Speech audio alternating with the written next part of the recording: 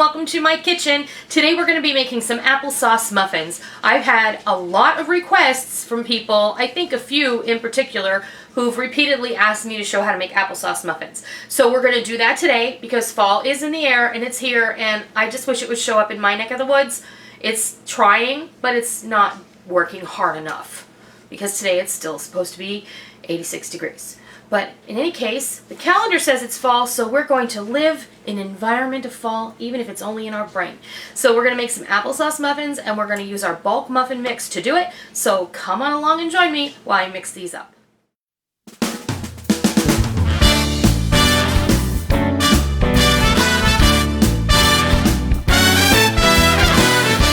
Let's get started with our applesauce muffins. Now this is going to be a chunky applesauce muffin because apples are in season. I have apples always in the house, so I chopped up an apple. This is just a small Granny Smith to a fine dice, and we're going to pop those in there as well. In fact, let's go ahead and do that right now. I have 3 cups of my bulk muffin mix here. Let's give this a toss. Tossing any fruit that you're going to add to your muffin or cakes is always a good idea to go ahead and put them in with the flour. Especially with muffins. That way they don't sink to the bottom. Alright.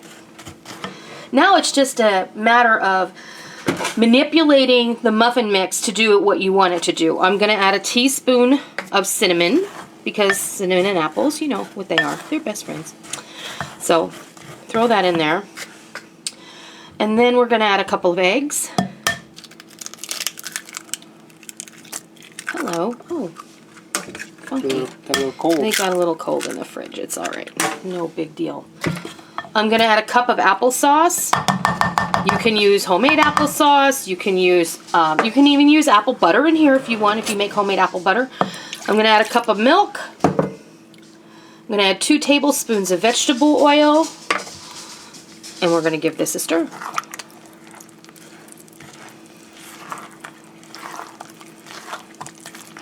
Break up those egg yolks.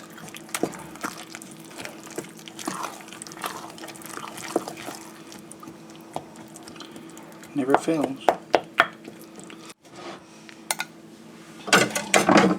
And then I have my scoop ready.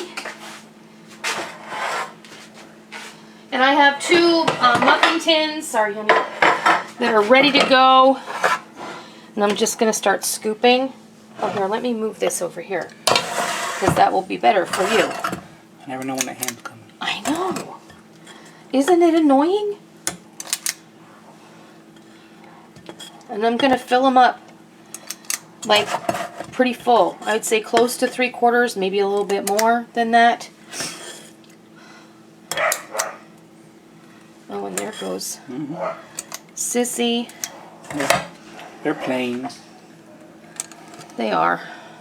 Of course, they sound like they're tearing each other apart, but I would really love it if my muffins got a good crown on them. If they don't and they're flat, it's alright. They're still going to be delicious. I think we may get about 18 muffins out of this batch. And my scoop is deciding to be stupid, so, you know, it is what it is.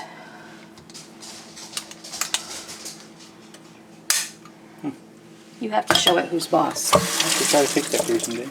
It's just a matter of buying a new scoop. This one, I should have returned it when I bought it. Okay, let me just pop these over here. We'll see how many we have left in the bowl. Oh, and these were previously sprayed with cooking oil spray. And I use my misto, and I only fill my misto for baking baked goods with sunflower or safflower oil, and then I have one over there for olive oil for other uses. Do I have a short one? Yes, I do. There we go. All right. 16 is what I got out. If you made them a little bit smaller, then you would get 18. But I was kind of generous with my batter. So we'll see how these turn out. And remember what I told you. If you have empty muffin cups, make sure you fill them with a little bit of water. That way you won't warp your pan. It will also inject steam into the cooking environment inside of the oven. And your baked good will actually turn out more bakery-like. You could also choose to put some streusel topping on these if you wanted. I'm not going to do that this morning because I just want to get these baked. And I want to get my day going. So I'm going to go ahead and pop these in the oven. I have my oven preheated to 350 degrees. In they go. And I have to be ultra careful with this one because it's full of water. We're going to bake those for 15 to 18 minutes, and I'll come back when they're done. I'll tell you exactly how long they took. Okay, we're ready to take these out. 15 minutes. I had them in there for. Take out this one very carefully. There you go. And this one, look how beautiful they are. I'm going to let these cool for a few minutes. I'm going to take them out of the pan. And then we'll fix you a plate of applesauce muffins from our bulk muffin mix. I think they're so pretty. So we'll be right back. Okay, here we are. Our muffins are ready to eat. I have sauteed up some little smokies that I had in the fridge, and that's going to be what we call breakfast. Went ahead and opened one up for you, and I have to be honest, we did taste one. What'd you think, honey? Awesome. They're really, really tasty. What I have over here is I have some homemade cinnamon butter and some roll butter from the Amish market. And if you don't know what that is, it literally comes in a big roll, and I just slice pieces off of it as needed. But this is homemade cinnamon butter, and I'm going to put some of that on here. I don't have a video of the cinnamon butter. If you want one, let me know, and I'll put it in the rotation.